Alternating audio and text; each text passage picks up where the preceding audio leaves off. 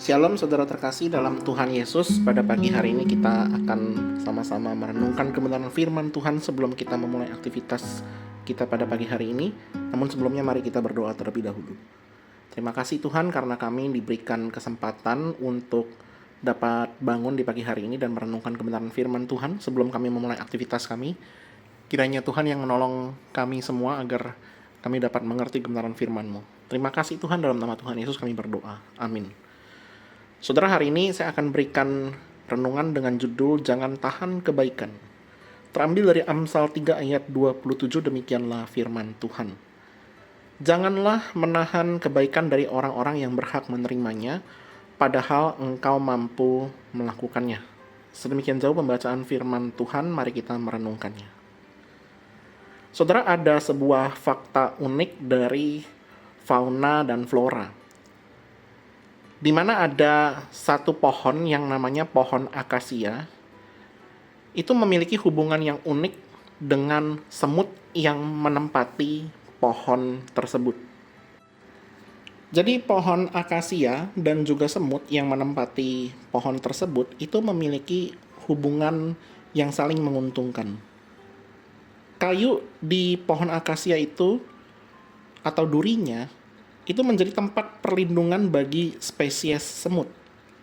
Semut itu sendiri juga mendapatkan makanan dari getah tangkai daun akasia. Nah, sementara semut itu menjaga, melindungi pohon akasia dari serangan herbivora. Contohnya seperti ulat-ulat ataupun rayap yang mencoba menggerogoti pohon akasia, sehingga kalau seandainya ulat ataupun rayap binatang-binatang kecil itu menggerogoti pohon akasia, tentu pohon akasia itu akan segera rapuh, mati, dan juga tumbang. Nah, saudara, belajar dari hubungan simbiosis atau hubungan yang menguntungkan antara pohon akasia dan juga semut tadi, kita setidaknya memiliki satu prinsip yang dapat kita pelajari, yaitu memberi tanpa menahan.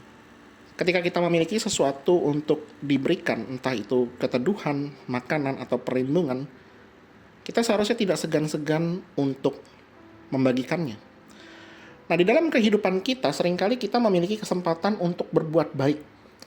Tetapi ada kecenderungan kita itu menunda atau bahkan menahan kebaikan itu. Amsal 3 ayat 27 berbicara mengenai hal ini dengan tegas. Kita dipanggil untuk tidak menahan kebaikan dari mereka yang seharusnya menerimanya. Dalam bahasa Ibrani, kata kebaikan yang digunakan di sini itu tidak hanya berarti sesuatu yang baik secara moral, tetapi juga segala sesuatu yang membawa manfaat bagi orang lain, baik itu bantuan, keadilan, maupun kasih sayang. Sedangkan frasa yang berhak menerimanya berasal dari kata Baal, yang berarti seseorang yang memang berhak atasnya, seperti seorang pekerja terhadap upahnya atau seorang miskin terhadap belas kasihan. Amsal pasal 3 sendiri berbicara banyak tentang hikmat dan bagaimana kehidupan yang benar membawa berkat. Jika melihat pasal sebelumnya, Amsal 2 berbicara tentang bagaimana hikmat itu melindungi seseorang dari jalan yang sesat. Dan pasal setelahnya, Amsal 4, mengajarkan bahwa hikmat itu harus dijaga dengan sepenuh hati. Nah, ini menunjukkan bahwa Amsal 3 berada di tengah sebagai dorongan untuk menerapkan hikmat dalam tindakan nyata, termasuk dalam hal memberi kepada sesama. Dengan kata lain, hikmat sejati bukan hanya tentang pengetahuan melulu, tetapi juga tentang tindakan yang benar. Salah satunya adalah memberi tanpa menahan.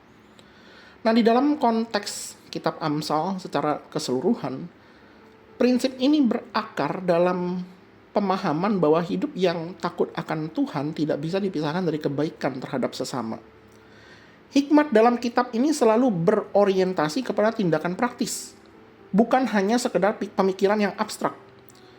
Amsal 3 ayat 27 menegaskan bahwa memiliki kemampuan untuk berbuat baik berarti kita memiliki tanggung jawab untuk melakukannya. Kita tidak bisa membaca ayat ini tanpa melihat terang dari Injil. Yesus sendiri adalah wujud nyata dari kebaikan yang tidak ditahan.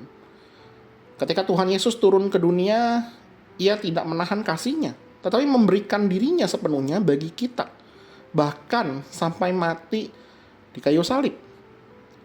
Matius 5 ayat 16, Yesus berkata, "Hendaklah terangmu bercahaya di depan orang, supaya mereka melihat perbuatanmu yang baik dan memuliakan Bapakmu yang di surga."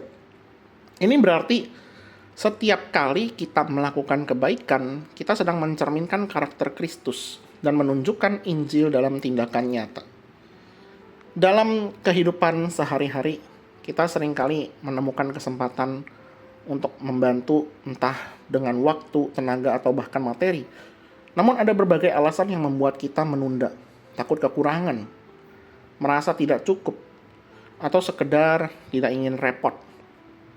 Tapi jika kita benar-benar memahami kasih Kristus, kita akan menyadari bahwa kebaikan bukanlah sesuatu yang harus kita simpan, tetapi sesuatu yang harus kita alirkan.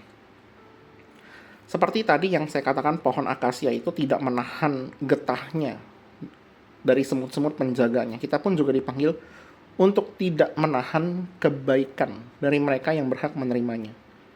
Tuhan telah memberi kita banyak kesempatan untuk memberkati orang lain. Tugas kita adalah merespons dengan hati yang terbuka. Sebab ketika kita memberi, kita bukan hanya sedang menolong sesama, tapi juga sedang menunjukkan kasih Tuhan yang nyata di dunia ini. Kiranya Tuhan Yesus menolong kita sekalian. Mari kita berdoa. Tuhan Yesus, terima kasih atas firman-Mu hari ini. Engkau telah mengajarkan kami untuk tidak menahan kebaikan, sebagaimana Engkau sendiri tidak menahan kasih-Mu bagi kami. Tuhan, tolonglah kami untuk hidup dalam kemurahan hati, untuk peka terhadap kebutuhan orang lain, dan untuk berani bertindak di dalam kasih. Bentuklah kami menjadi alat-Mu, supaya melalui perbuatan baik kami, nama-Mu yang dimuliakan. Terima kasih Tuhan, dalam nama Tuhan Yesus kami berdoa. Amin.